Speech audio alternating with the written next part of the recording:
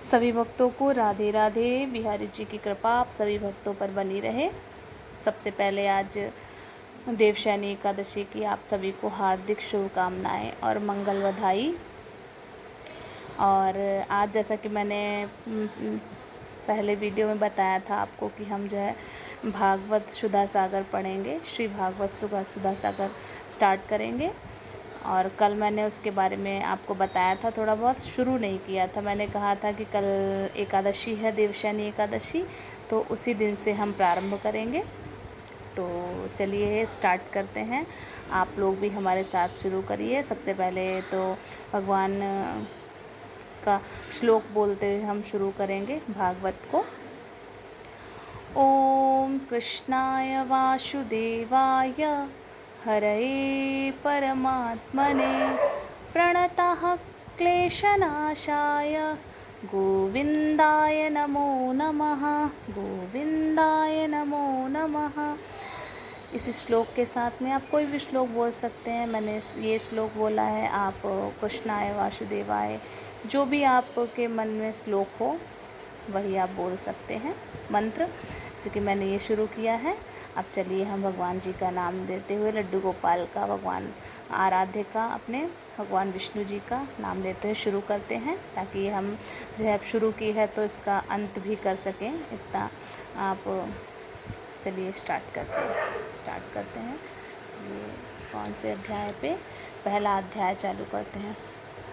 देखिए यहाँ से हम लोग पढ़ेंगे श्रीमद् भागवत महात्म्य। ठीक है, यहीं से तो स्टार्ट करना था। सबसे पहले लिखा है ओम नमो भगवते वासुदेवाय। पहला अध्याय चालू करेंगे। देवर्षि नारद जी की भक्ति से भेंट, ये प्रारंभ करते हैं आपको। और चलिए स्टार्ट करते हैं, पढ़ते हैं। आप लोग भी हमारे साथ में पढ़िए, क्योंकि जितना मुझे पढ़ने से मिलेगा उतना ही आपको सुनने से भी मिलेगा लाभ, फ़ायदा। और भगवान श्री कृष्ण की कृपा बरसेगी आप पर भी जितनी मेरे पर होगी। देखिए चलिए स्टार्ट करते हैं। आप लोगों को दिखाते हुए श्लोक भागवत शुरू करते हैं।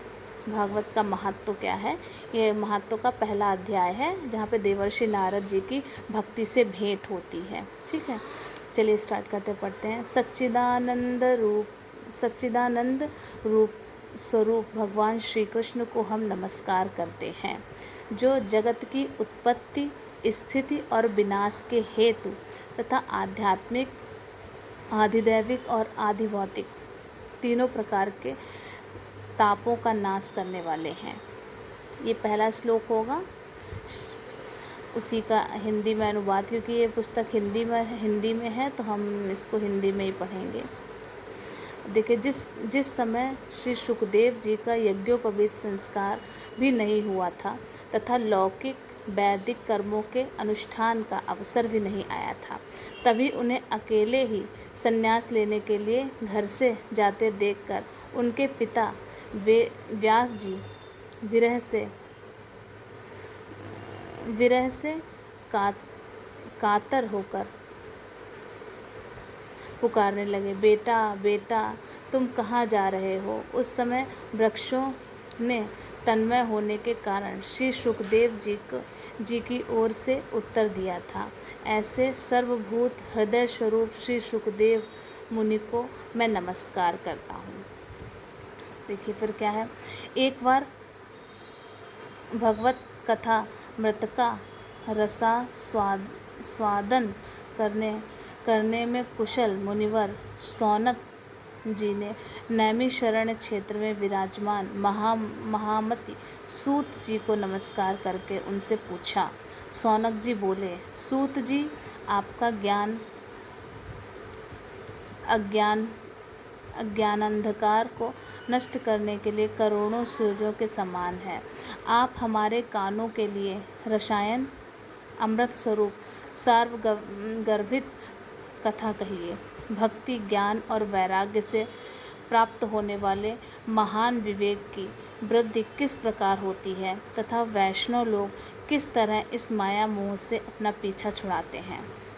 इस घोर कलयुग में जीव प्रायः आसुरी स्वभाव के हो गए हैं। विविध क्लेशों से आक्रांत इन जीवों को शुद्ध दैव शक्ति संपन्न बनाने का सर्वश्रेष्ठ उपाय क्या है?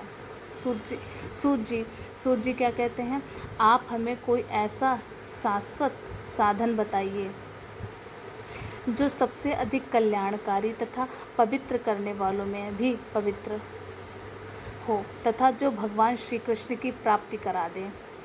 चिंतामणि केवल लौकिक सुख दे सकती है और कल्प वृक्ष अधिक से अधिक स्वर्गीय संपत्ति दे सकता है, परंतु गुरुदेव प्रसन्न होकर भगवान को योग्य दुर्लभ नित्य वैकुंठ धाम दे देते हैं। सूत जी ने कहा, सौनक जी, तुम्हारे हृदय में भगवान का प्रेम है, इसीलिए मैं विचार कर तुम्हें संपूर्ण सिद्धांतों का निष्कर्ष सुनाता हूँ, जो जन्म मृत्यु के भय का नाश कर देता है, जो भक्ति के प्रवाह को बढ़ाता है और भगवान श्री कृष्ण की प्रसन्नता का प्रधान कारण है। मैं तुम्हें वह साधन बतलाता हूँ, उसे सावधान होकर सुनो। श्री सुखदेव जी ने कलयुग में जीवों के कालरूपी सर्प के मुख का ग्रास होने के त्रास का आत्यंतिक नाश करने के लिए श्रीमद् भागवत शास्त्र का प्रवचन किया है। मन की शुद्धि के लिए इससे बढ़कर कोई साधन नहीं है। जब मनुष्य के जन्म जन्मांतर का पुण्य उदय होता है, तभी उसे इस भागवत शास्त्र की प्राप्ति होती है। जब सुखदेव जी राजा परीक्षित को यह कथा सुनाने के लिए सभा में विराजमान हुए, तब देवता लोग उनके पास अमृत का कलश लेकर आए। देवता अपना काम बनाने में बड़े कुशल होते हैं, अतः यहाँ भी सबने सुखदेव मुनि को नमस्कार करके कहा, आप यह अमृत लेकर बदले में हमें कथामृत का दान दीजिए। इस प्रकार परस्पर विनिमय अदला बदली हो जाने पर राजा परीक्षित अमृत का पान करें और हम सब श्रीमद् भागवत स्वरूप अमृत का पान करेंगे। इस संसार में कहाँ कांच और कहाँ महामूल्य मणि तथा कहाँ सुधा और कहाँ कथा। श्री सुखदेव जी ने यह सोचकर उस समय देवताओं की हंसी उड़ा दी। उन्हें भक्ति शून्य कथा का अनधिकारी जानकर कथामृत का दान नहीं किया। इस प्रकार यह श्रीमद् भागवत की कथा देवताओं को भी दुर्लभ है। पूर्व काल में श्रीमद् भागवत के श्रवण से ही राजा परीक्षित की मुक्ति देखकर ब्रह्मा जी को भी बड़ा आश्चर्य हुआ था। उन्होंने सत्यलोक में तराजू बांधकर सब साधनों को तौला। अन्य सभी साधन तौल में हल्के पड़ गए। अपने महत्व के कारण भागवत ही सबसे भारी रहा। यह देखकर सभी ऋषियों को बड़ा विस्मय हुआ। उन्होंने कलयुग में इस भागवत शास्त्र को ही पढ़ने सुनने से तत्काल मोक्ष देने वाला निश्चय किया। सप्ताह विधि से श्रवण करने पर यह निश्चित भक्ति प्रदान करता है। पूर्व काल में इसे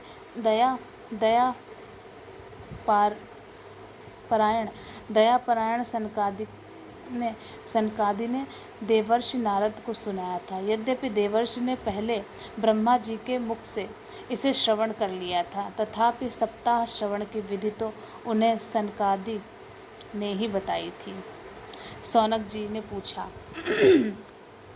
आप सब लोग ध्यान से सुनिएगा, आप लोगों को समझ में आ रही है? आप लोग कमेंट करके बताइएगा कि आप लोगों को समझ में आ रही है कि नहीं आ रही है।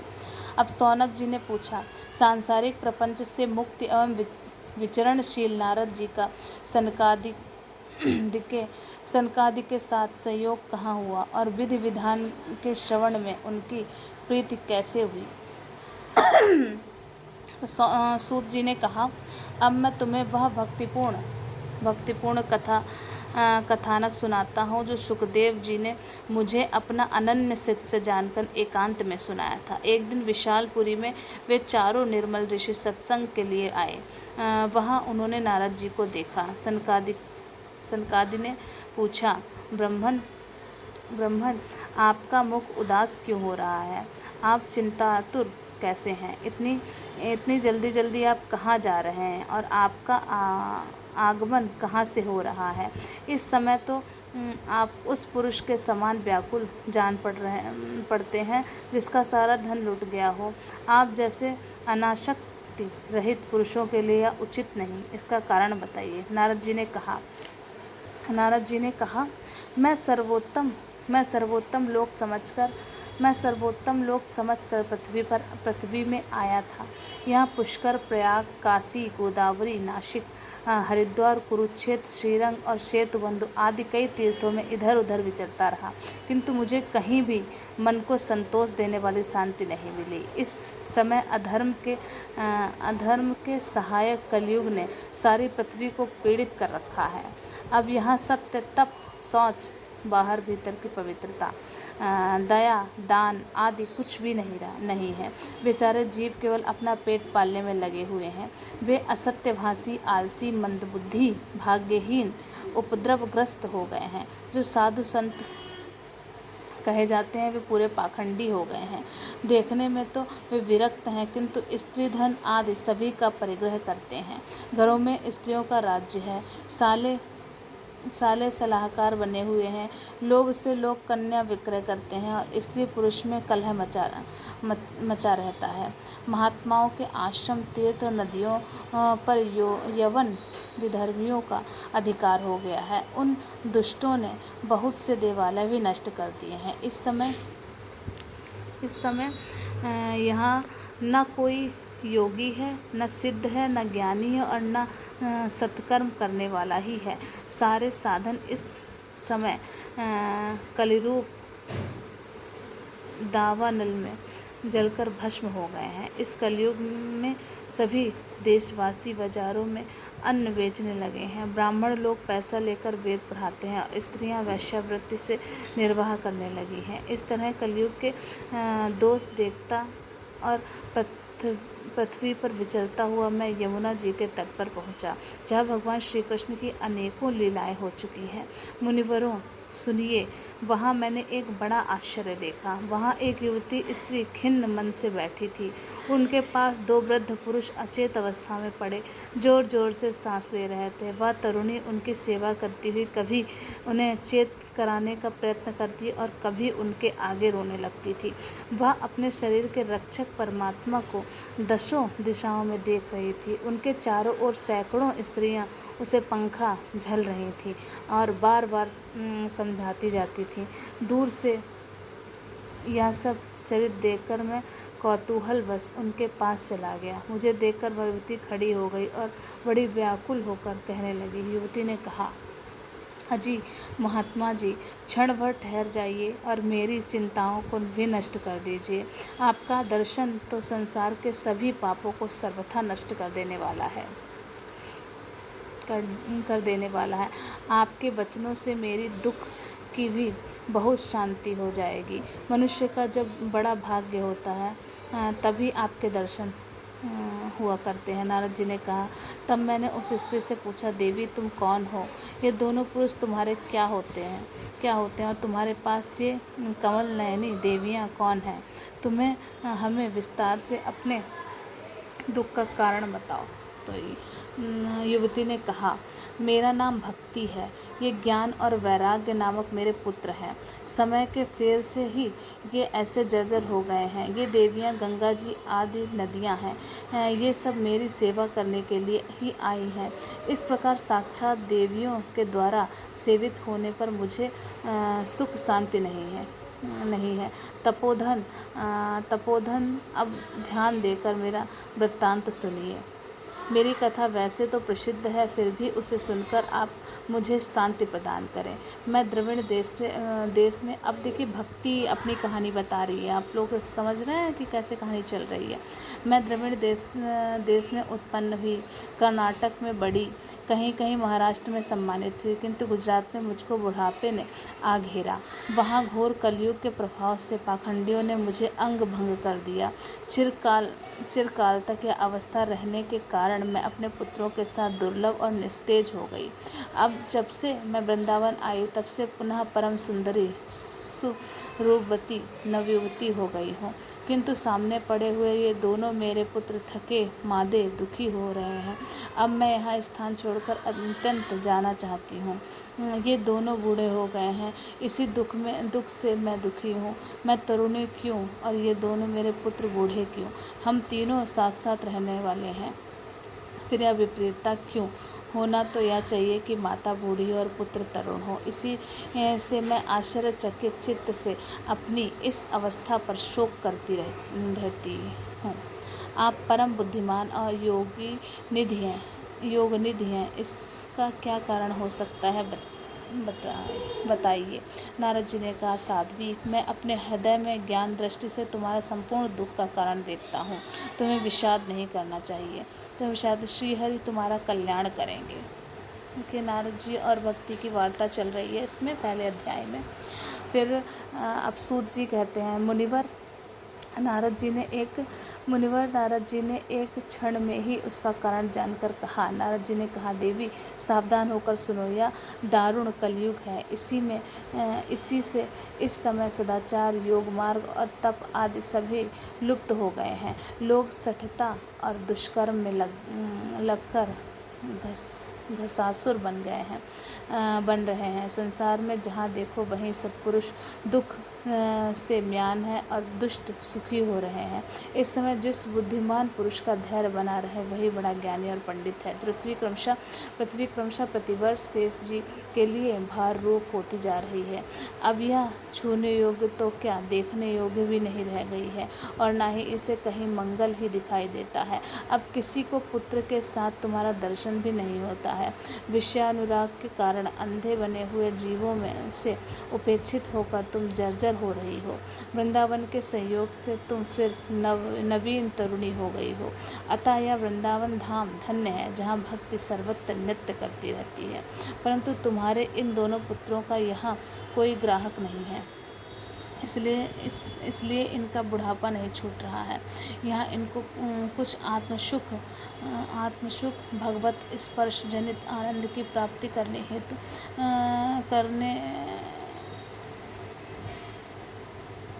की प्राप्ति होने के कारण ये सोते से जान पड़ते हैं। भक्ति ने कहा, राजा परीक्षित ने इस पापी कलयुग को क्यों रहने दिया?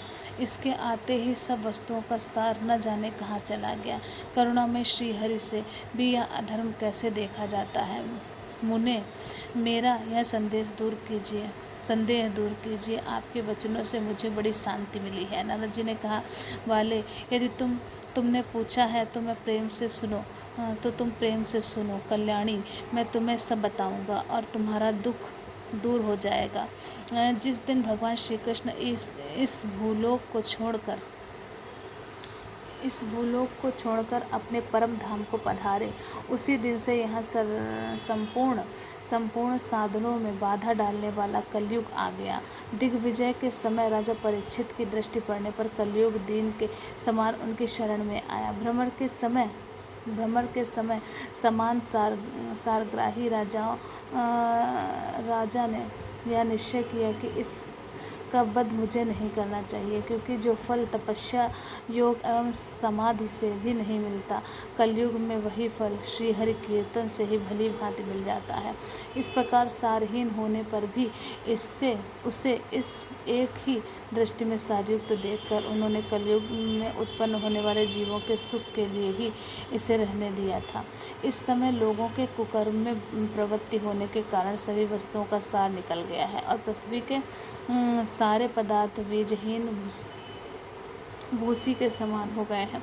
ब्राह्मण केवल अन्न धनादि के लोभवश घर घर एवं जन को भागवत की कथा सुनाने लगे हैं। इसलिए कथा का सार चला गया है। तीर्थों में नाना प्रकार के अत्यंत घोर कर्म करने वाले नास्तिक और नारकी पुरुष भी रहने लगे हैं। इसलिए तीर्थों का प्रभाव जाता रहा है। जिनका चित्त निरंतर काम, क्रोध, महान लोभ और तृष्णा से तपता रहता है, वे भी तपस्या का ढोंग करने लगे हैं। इसीलिए तप तप का भी सार निकल गया है। मन पर काबू न होने के कारण तथा लोभ, दंभ और पाखंड का आश्रय लेने के कारण एवं शास्त्र का अभ्यास न करने से ध्यान योग का फल मिट गया है। पंडितों की यह दशा है कि वे अपनी स्त्रियों के साथ भैंसों की तरह रमण करते हैं। उनसे संतान पैदा करने की ही कुशलता पाई जाती है। मुक्ति साधन में वे सर्वथा अकुशल हैं। संप्रदायानुसार प्राप्त हेतु वैष्णवता भी कहीं देखने में नहीं आती है। इस प्रकार जगह जगह सभी वस्तुओं का सार लुप्त होता गया है। यह तो इस युग का स्वभाव ही है, इसमें किसी का दोष नहीं है। इसी से पुंडरीकाक्ष भगवान बहुत समीप रहते हुए भी यह सब सह रहे हैं। सूत जी कहते हैं, सौनक जी, इस प्रकार देवर्षि नारद के वचन सुनकर भक्ति को बड़ा आश्चर्य हुआ। फिर उसने जो कहा उसे सुनिए। भक्ति ने क्या कहा? भक्ति ने कहा, देवर्षि आप धन्य हैं। मेरा बड़ा सौभाग्य था जो आपका समागम हुआ। संसार में साधुओं का दर्शन ही समस्त सिद्धियों का परम कारण है। आपका केवल एक बार का उपदेश धारण करके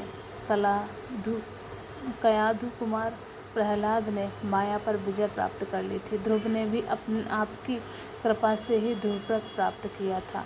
आप सर्व मंगलमय और साक्षात ब्रह्मा जी के पुत्र हैं। मैं आपको नमस्कार करती हूँ। देखिए, इसमें आप लोगों ने मैंने आपको जो भी पढ़ा उसमें भक्ति और नारद जी की वार्ता हो रही है।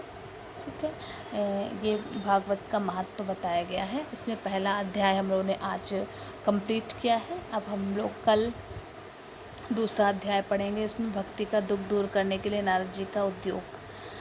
ठीक है, अब ये कल हम पढ़ेंगे कि भक्ति का दुख दूर कैसे किया नारद जी ने, उसका उद्योग क्या था। ठीक है, ये हम कल पढ़ते हैं, आपको कल पढ़ के बताएंगे, नेक्स्ट वीडियो में बताएंगे आपको। ठीक है, तब तक के लिए राधे राधे। सभी भक्तों को बिहारी जी की कृपा बहुत बहुत बहुत बनी रहे। और जो हमारे चैनल पे नए हों वो हमारे चैनल